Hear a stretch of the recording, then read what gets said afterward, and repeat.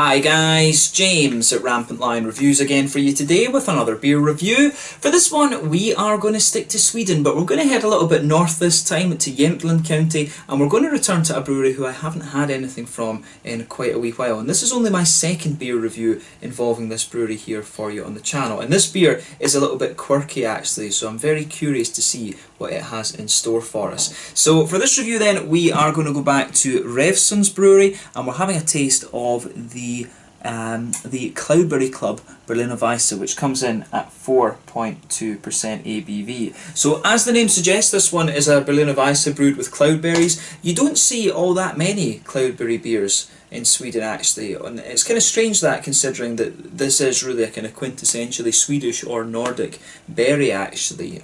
You do see there's a couple of lingonberry sours and things like that, but to find a a cloudberry sour I think is a little bit rarer, come to think of it. So yeah, this one I think should be a really interesting beer. My first encounter with cloudberries was with the Kopparberg ciders that we get back in Scotland. This is the Kopparberg cloudberry one that we get, but ironically I think that's not actually sold in Sweden. I've never seen it over here, which is kind of unusual. So I think we actually get more Kopparberg cider flavours in Scotland than are actually sold through Systembolaget over here in Sweden. It really is very, very strange that actually.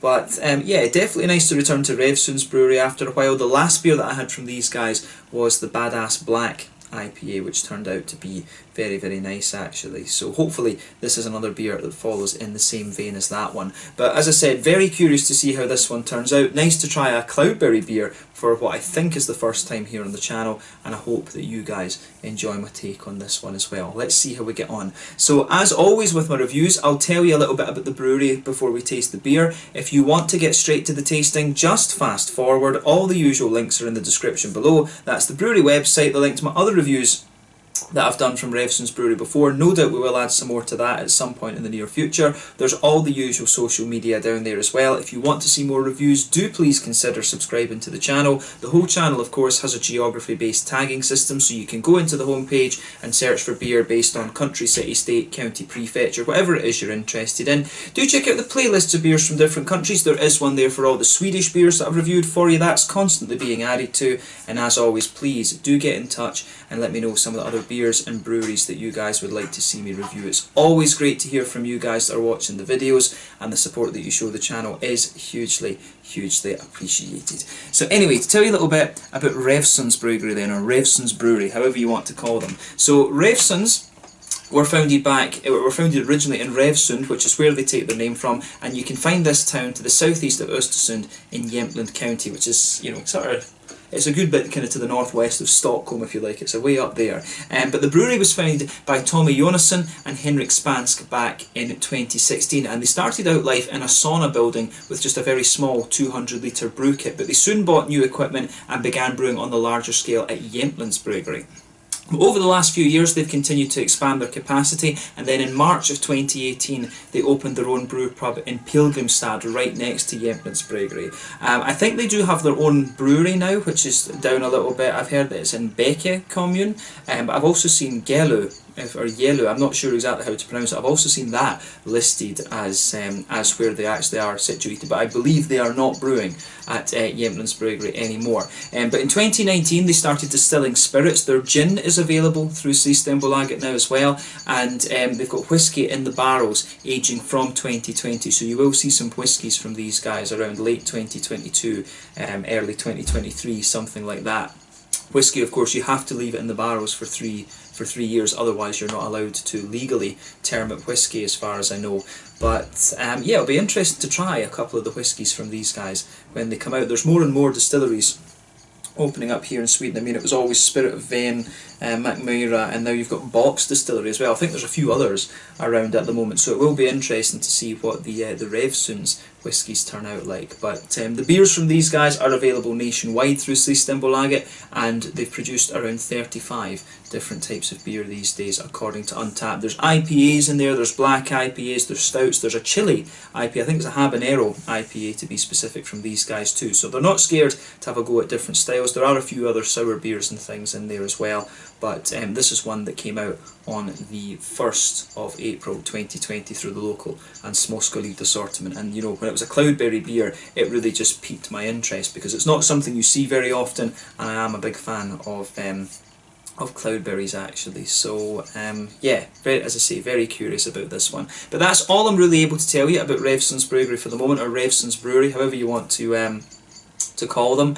There isn't too much information available on these guys. They are just a very, very kind of small operation. But that's one of the great things about the whole craft beer movement, if you like. So hopefully this turns out to be a nice beer, and hopefully we get more from Revsunds Brewery at some point soon. So yeah, if you want to learn more about this brewery, check out the brewery website. They've got pictures of the distillery and things like that, pictures of the brewery, which are very interesting to look at. You can follow them on Facebook and Instagram to keep up to date with all the latest goings on, and of course you can check out the Rate Beer and Untappd pages from these guys as well.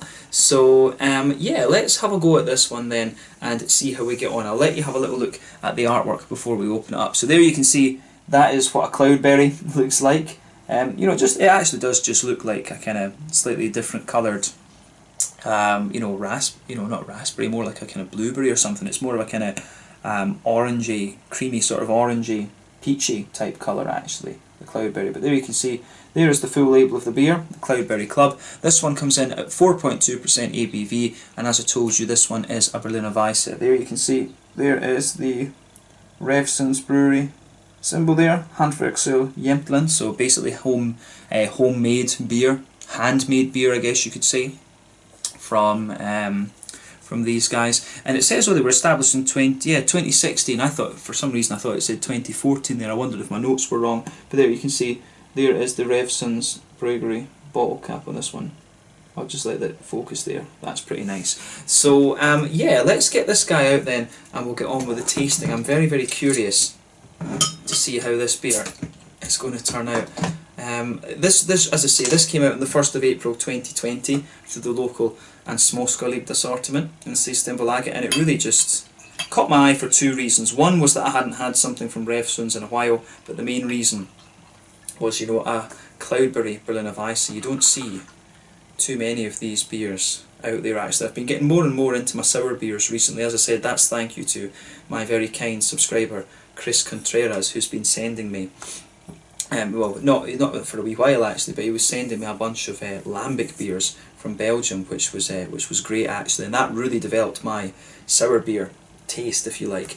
So yeah, pretty damn awesome, as I say. So this one, as you can see, this is poured a lovely kind of pale golden straw colour actually, and this is kind of what you would get from an original Berliner Weisse, like the original Berliner Kindle or something like that. It's got that lovely kind of pale straw golden colour to it. You can see there's a solid quarter finger, sorry, of a frothy white head there, but that's just going to fade away and be a very, very thin foamy layer. But the interesting thing about this is you can see the cloudberries don't really seem to affect the colour of this beer much at all actually. The cloudberries, from what I remember, don't have too much in the way of you know, colour to them in the same way that like blackberries, blackcurrants, blueberries and stuff have. They are, you know, I think that they are, as I say, a sort of kind of peachy type colour, come to think of it. So yeah, that's an interesting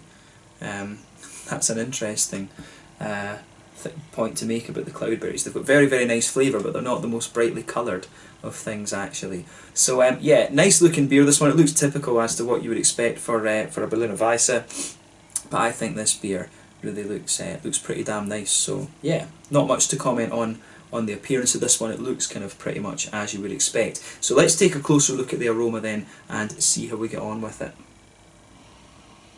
Oh, this one, it actually, for a Berliner Weisse, it actually smells quite citricy, it really does. This is really unusual how this beer goes together actually. The aroma of this one is really quite unusual, I have to say. So yeah, I mean, underneath that you can definitely smell some nice kind of wheaty qualities. You can smell a little, you can definitely get that kind of smooth German wheated malt quality out of this beer. There is a wee bit of a kind of more citrusy kind of note to it, a little bit of an almost spicy quality as well, which is interesting. But really it smells very, very smooth actually. You can smell the cloudberries in this really just making the whole beer smell very, very juicy. But yeah, the Berliner Weisse, I don't think there's much. You don't really usually get much diversity in the malt bases of these. Sometimes they've got a little bit of a biscuity sweetness. And in fairness, yeah, this one does have a little bit of a kind of biscuity sweetness to it, in fairness. But yeah, there is a wee bit of a biscuity note to this one. You can get the sort of white bready, wheaty kind of thing underneath it. But you can really smell, to me, this beer comes across as actually quite citricy. I mean, cloudberries, it's not a fruit that I've kind of associated with being pretty tart. I always associated cloudberries with being quite juicy, to be honest with you. So the sour notes that you get out of this beer are pretty interesting, I have to say. Yeah, I mean, I like how this one comes together. It's got it really is just a very interesting sour quality to this one. I mean, there's nothing overly surprising about this beer in terms of the aroma. If you know the cloudberries and you know the Berliner Weisse, it makes the aroma of this beer is quite a logical combination. But for those of you who are not used to cloudberries, you'd probably smell this one and think, you know, what is going on here, which I can understand. But the aroma of this beer is very nice, actually. I like it. But the sourness is really interesting. It smells very, very clean, this beer, as I say. On the hoppy side of things, you do have a lighter kind of grassy note to this. There's a wee touch of earthiness in there as well. Definitely some German noble hops in there, but there'll be low alpha acid hops or slightly older hops, so that it doesn't take away from the kind of sour aspect of the beer. But yeah, you get that lovely kind of juicy cloudberry note to this one. It's a very, very distinctive aroma, you know, quite juicy, a little bit. It's kind of along the lines of, it's got the same kind of vibe as lychee and gooseberry sort of combined together, but it has its own distinctive aroma within that type of vibe, if that makes sense. But you can really get a little bit of a more lemony, citricy note coming out of this beer as well, which is interesting. This beer to me almost smells just a little touch salty in a way. I mean, I could see myself, if I was blind smelling this without knowing what it was, I might think this is like a goza or something, to be honest with you. It really does have a little bit of an almost goza saltiness to the aroma, in my mind. So that's a really interesting point to make about this beer. So yeah, the aroma of this one is pretty unusual in my mind. So if you do try this beer for yourself, take a little bit of time and just enjoy that aroma, because it is really pretty quirky, actually. But yeah, the Berliner Weisses, for me, they're not the most complex beer styles in terms of their aroma. This one, as I say, is just a little bit quirky because of the type of fruit that's been used in this one. So yeah, let's have a taste of this then and see how we get on. This one is the Cloudberry Club, a 4.2% Berliner Weisse with cloudberries from Revsunds Brewery in Revsund in Jämtland here in Sweden. Let's have a taste of this one then and just and see how we get on. This one came out on the 1st of April 2020 through the local and småskaligt assortment in Systembolaget here in Sweden. Let's have a go. Slange, skål!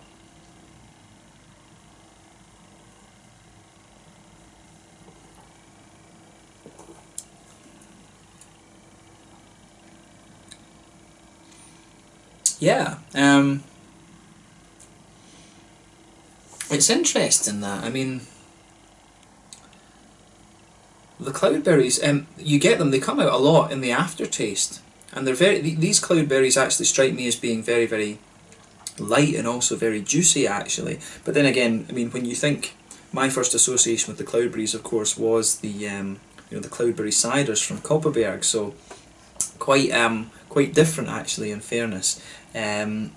So yeah, this one to me, it's actually not a million miles away from just a regular Berliner Weisse, just with a slightly juicier aftertaste. I think that's a fair way to describe this one. I mean, if you compare the cloudberry to the likes of blackberries and blueberries and all these other fruits that you can use in the Berliner Weisse, it's definitely more of a kind of mild fruit, to be honest with you. I mean, there's other berries and things up here in the Nordic countries like sea buckthorn and stuff like this.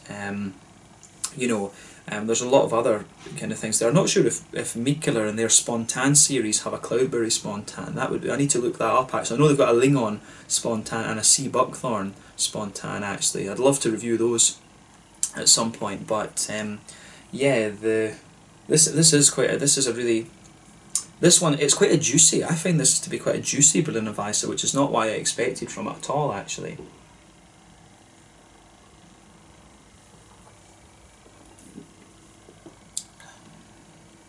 But the tartness is coming from the cloudberries, actually, that you can tell the sourness. It does have a little bit of that citricy type quality to it, but the sourness, the tartness out of this beer is really coming straight from those.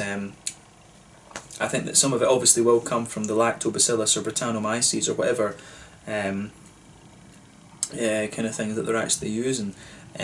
Whichever bacteria they're actually using as the yeast in this, but it's really quite a juicy, wet feeling sour, this one. I like how this kind of pieces together, actually, so thumbs up to Revsunds Brewery for this one. I think they've done a nice job here.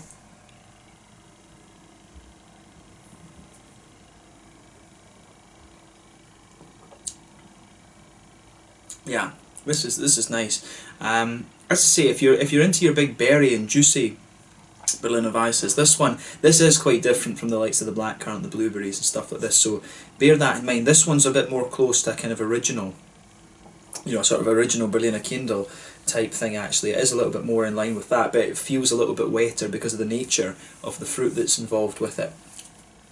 So yeah, let's try and sort of break down the flavour of this one a little bit more. This one, it's not the most complex of beers, but this is quite a nice, easy drinking, sort of summery type beer, I have to say. So in the middle of your palate, straight away you can feel that nice kind of smooth, white bready, kind of wheaty quality to the beer.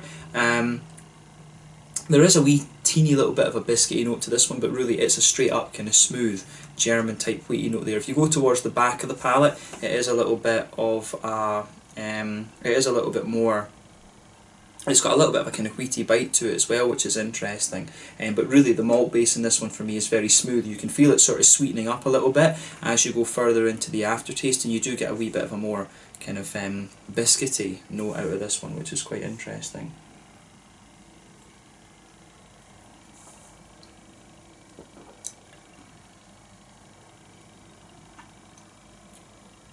But yeah, I like it. I do like how this goes together. It's very straight up, as I say. It's not. This isn't the most complex of beers. It is just nice how it fits together in my mind.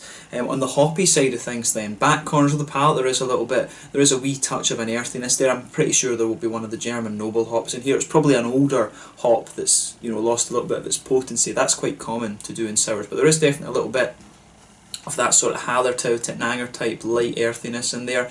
As you come further forward along the sides of the palate, it's got a nice slightly floral note to it as well, which is good. And then round the very front curve of the palate, it's just a little bit lighter and grassy. And then behind the front curve of the tongue, that's where you get the nice kind of oily bubble where the kind of fruity esters push their way out of the beer. And the thing that's always interesting with beers for me is that when you add fruit into the brew, you can really feel that against the edge of the tongue. And I mean, around the very edge of the tongue, the fruity additions often suppress a little bit of the IBUs of the beer, but you can feel that nice juicy cloudberry flavour just sitting around the edge of the tongue there. And if you go behind the pardon me, and if you go into that little oily bubble that I was talking about with this one, it almost feels you've got a few kind of sort of peary type esters in there. It's maybe even got a little bit of a kind of like an almost tiny bit of a peachy sharpness or something like that to it, but you can definitely pick up a little bit of that lemony citric quality that you're going to get from either Brettanomyces or Lactobacillus. You can really get that in there, but behind the front curve of the tongue for me,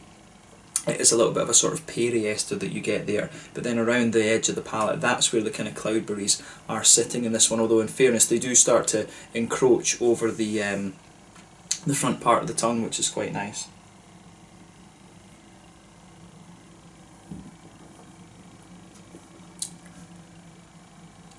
So yeah, I really like how this goes together. I mean, this is it takes a little bit of time to get used to the flavour of this one, I would say. I think that's a fair statement to make about this beer. It does take you a little bit of time to just get used to it. Like, oh right, this is what this beer is all about. Because in terms of what you would normally expect from Berliner Weisses, this one is a little bit different. And the cloudberry, it's not a flavour that too many people are familiar with, I would say. But I do like how this one kind of turns out. And as I say, the cloudberry almost gives you a little bit of an impression of that kind of gozy type saltiness almost. I mean, if I was blind tasting this beer, the wheat isn't, you do get a nice bit of the smooth wheat out of it, particularly in the aftertaste, but I think that with this one, if I was blind tasting this, I could see myself saying that this is a goza.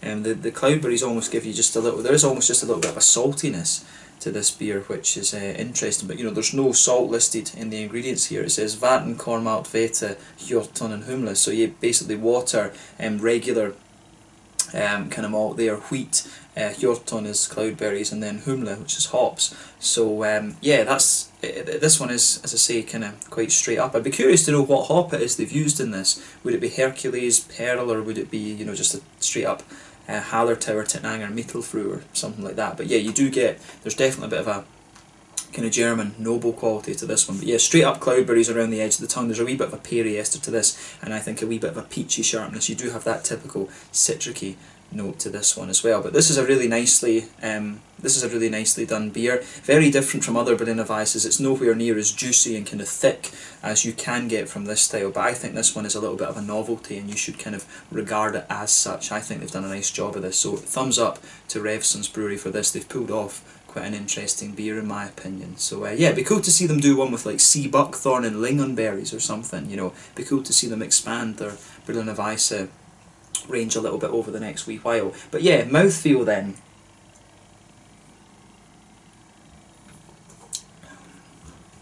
So yeah, this one for me, it's a very light bodied beer this. The carbonation's very smooth.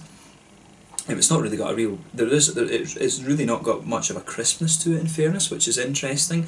But you do expect, you do expect Berliner Weisses to be a little bit thicker than this. That's the thing, this is a very, very clean feeling beer, and you have to remember where it's from. It's from Jämtland, so mountain water and all this, you are going to have that clean element to it. But I think that would be my one criticism of this. I think the wheat needs to be a bit more prominent in this one to let you know this is a Berliner Weisse, because that's one of the things when it's a Goza, you know, they are a little bit lighter and the saltiness gives you that. I think this one, they need to just thicken up the malt base in this a little bit, to be honest with you, because it does feel, as I say, you can take into account where it's from, but you do need to remember Berliner Weisses are supposed to have that slightly thicker malt base. So that would be one of the criticisms I'll have of this beer. The malt base needs to be just a little bit more kind of prominent in the flavour in my mind.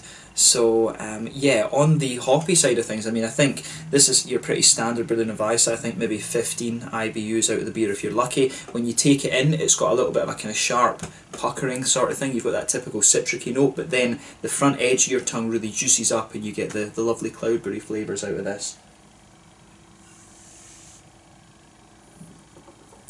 So yeah, you really get that nice, you get that really nice element out of this one. The further that you go into the aftertaste with this, you can really feel those juicy fruity notes. But then you can, as I say, you get some juicy kind of peary esters out of this beer as well, which is very, very nice. So yeah, nice juicy fruitiness to this one, a little bit of sharp puckering note in the beginning. The malt base, as I said, is very kind of smooth. It just needs to be a little bit thicker in my mind to let you know this is a Berliner Weisse. There's maybe a little touch of a biscuity note in the very centre of the palate, but these beers are always lower in alcohol, so the malt content is going to be lower. But I do like a little bit of a more, I do like the wheat to be just a little bit more prominent in this. I quite like the malt flavours to be noticeable in a lot of the different beer styles. But yeah, this one is quite an interesting beer, very different from a lot of other Berliner Weisses that you're going to get, so I would recommend that you try it just on that basis. I think this is the only Cloudberry Berliner Weisse that I've seen, so those of you watching in Sweden, do let me know if there are some other Cloudberry sours out there, because I'd be really interested to try those. But yeah, let's leave it at that for this one. This is a really interesting beer, and I recommend that you have a go at this for yourself and see how you get on. But yeah, this was the Cloudberry Club, a 4.2% Berliner Weisse with cloudberries from Revsunds Brewery in Jämtland, in the kind of north part of Sweden. Jämtland, I think, is the next county down from Norrbotten in Swedish Lapland, so it is very, very far north, this one. Maybe I can get up there at some point and have a look around. I heard Östersund. Östersund is quite a nice town, and there's Åre up there as well, the ski resort. So yeah, let's leave it at that for this one. Once again, thank you for watching my beer reviews. Until the next time, please like, subscribe, share, all the usual YouTube stuff. Let me know your own thoughts on this beer in the comment section below. Let me know what your favourite beers are from Revsunds Brewery as well, Revsunds Brewery, and I'm sure we will return to these guys at some point soon. Do let me know if there's some other like sea buckthorn, Cloudberry type sour beers out here. I'd love to try some more of those, but this is a really interesting one. quite a new beer from Revsunds Brewery, and I do recommend that you check it out. Quite like an old school Berliner Weisse, but just with a little bit more of a kind of quirky, juicy, fruity note to it. But definitely nice to try this one. Nice to try another beer from Jämtland as well, and hopefully we can return to this brewery soon. The Cloudberry Club from Revsunds Brewery at 4.2%, a Berliner Weisse, and a really just quite quirky beer this. Thank you again for watching. Make sure you check out my social media, and I'll catch you guys very soon. Slàinte, skål, cheers.